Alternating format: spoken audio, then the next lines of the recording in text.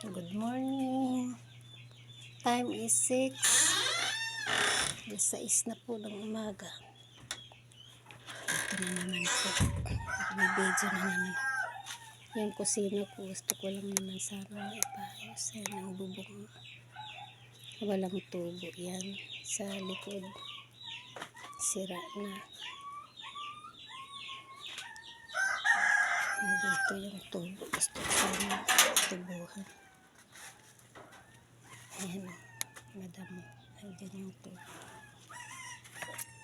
Hindi na masaraduhan na ng mga abo. Hirapan ako mo. Ayun, nagtatago si Pati. Yan. Hello, Pati. Good morning. Ayun, maraming damo. Nilalagay ko dyan na kinakain niya. Ayun yung masisiw yung manok. Morning, Pati. Ayun yung manok ko. Ayun yung pagkain nila ang kasabit. Ayun, pitong anak.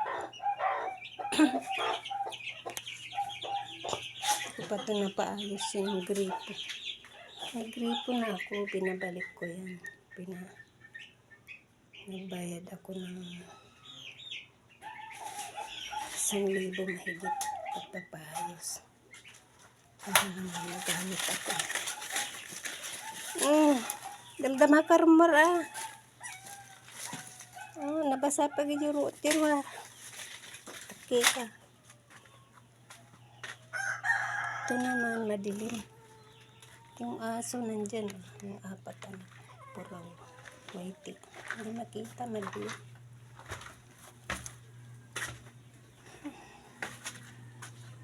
Ito lalabas tayo. Titignan natin yung mga tanim ko. Mga tanim ko na kalabasa. Nag-ibang kulay. Naspuhan yata. Ito naman ipapakita ko yung tanim ng kapatid ko. Yung sunflower. Yan. Tanim ng kapatid ko yan. Sumunod sa akin si Lucing. Ayan, ginagamasan niya yan dyan. Tinatamnan. Tinatamnan niya ng kamote kung ano. Ako naman dito. Ito, sunflower pa rin ito ni Lucing. Ayan. Ay, kumakahuli si Barbulo. Ayan, ito yung kalabasa. Parang inisprehan nila. Nagdidilaw. Nagdidilaw yung tanim ko. Nag-spray. Spray na. Pinapatay nila yung tanim ko. Yan. Hirap talagang magbuhay dito. Lagi akong kinaiingitan. Tindahan kaingitan. Mga tanim ko pinapatay. Ayun. Ang daming ng dami. Mga naalagaan ko na kalabasa. Pinapatay ng mga taong naiinggit. Nagdidilaw yung kalabasa ko. Ang gitiro mga tao.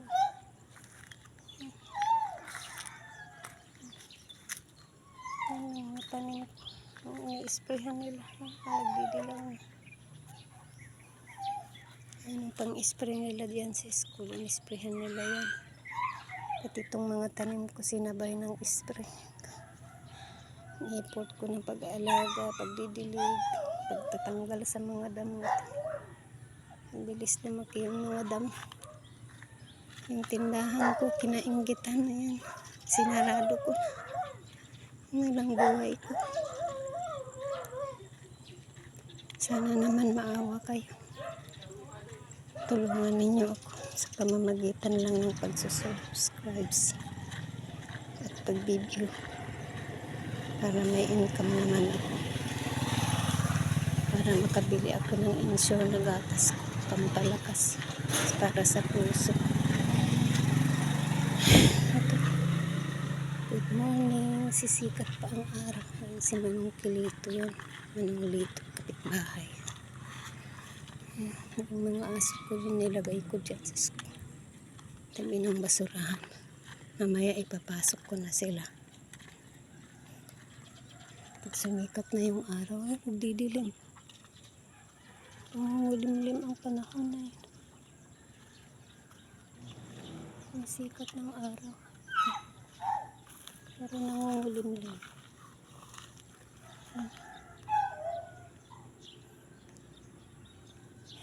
Ito yung pinya. Tanim naman ng urlan. Namumunga na. Tinabunan niya ng mga damo. Sana naman po mag-subscribe kayo at mag-view, manood para mayroon naman akong income pampaayos sa kusina. Yung mga aso ng kapitbahay yan, hindi nila tinatalian. Yung gilid, diyan ko pinapakain siya. Maya pag inisprehan nila yan, wala na pagpakainan kay Spotty. Hanggang dito na lang mga guys. Please subscribe, click the button, subscribe. Ito na.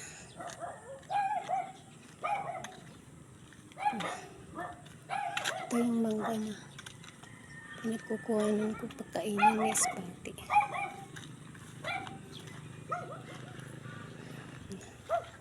Pasok na muna ako at magtimpla ng kape para almusal. Kape, kanin. Kanin di ako kumain kasi hilaw. Kinain ko na lang yung hapya. Tsaka yung tubig na mainit. Kasi nahilaw yung kanin.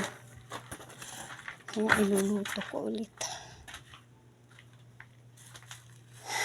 Pasok na sa kwarto ko na. Pinaayos ko na. Madilim. Wala kasing bintana dito. Ito lang. Kunting liwanag na sa labas nito. Sa kusina ko dati yan. Yan yung washing machine sira na. Bintana sira na rin yung isang bintana. Basag. Diyan naman si Spotty. Madilim. Doon na. Nilagay ko na sa kabila si Spotty para hindi siya umihi doon. Ito na binuksan ko na ilaw. Magpapainit na ako ng kape. Init na tubig.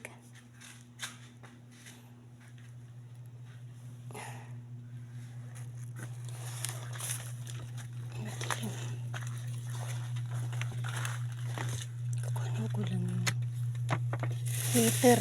Yung heater parang yung rocket na A2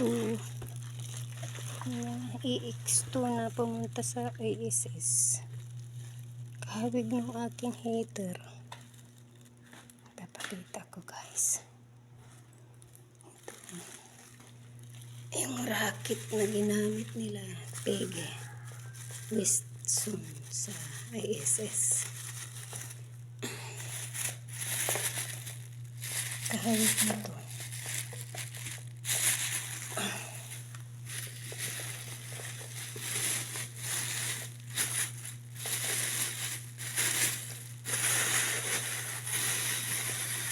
Ganyan guys. Parang yung rocket na ginamit nila Whitson. Dadak ko rin siya dito. May daking siya dito. Dito ko siya idadak. Para mainit yung tubig. Pangkape.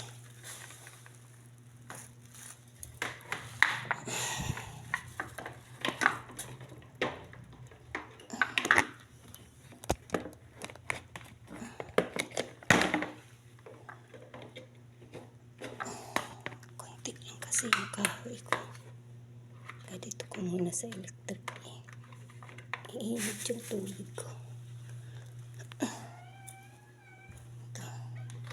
Parang yung racket na. Yan. Yung racket na ginamit nila doon sa ISS. Kahawig niya. Pag nakikita ko ito, naalala ko yung racket nila na ginamit sa ISS. Piggy Woodson. Papainit yung tubig.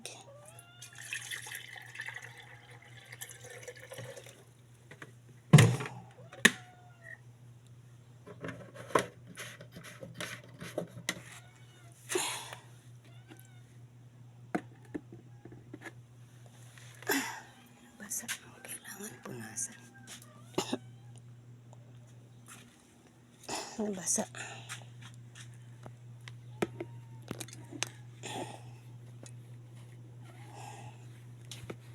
Nanghihina ako. Kailangan ko na ng mainit. Maiinom para mainitan yung sikmura ko.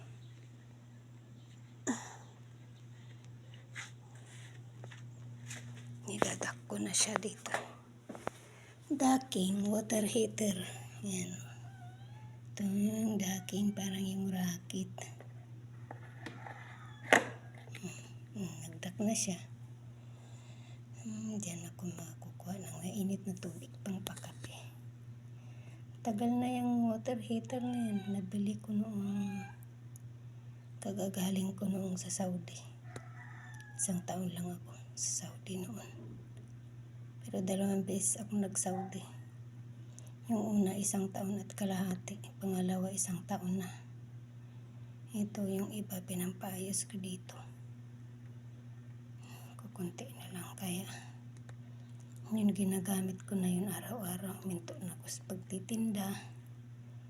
Dahil kinainggitan nga ako. Binabato yung yero ng tindahan ko. Gabi-gabi binabato. Tapos nung nagsarado na ako, ang daming nagbukasan na tindahan. Yun pala naiinggit sila pag nagtitinda ako. Ngayon naman yung tinanim kong kalabasa, ini-sprayhan na naman nila. Naiinggit na naman sila pag meron akong maani na bunga. Kaya yun pinapatay nila. Hirap talaga ng buhay ko. Lalo pat mag-isa lang ako. Kaya sana naman, ito si Mingming, hingi ng pagkain. Hindi ko sila pinakain kagabi. Kasi hilaw nga yung kanin. Okay, bye Sky. Bye-bye. Please subscribe and watch, manood. Para naman magkaroon ako ng income at makabili ako ng insure at may paayos ko yung kusina, tumutulo kasi dun butas-butas yung yero. Salamat po.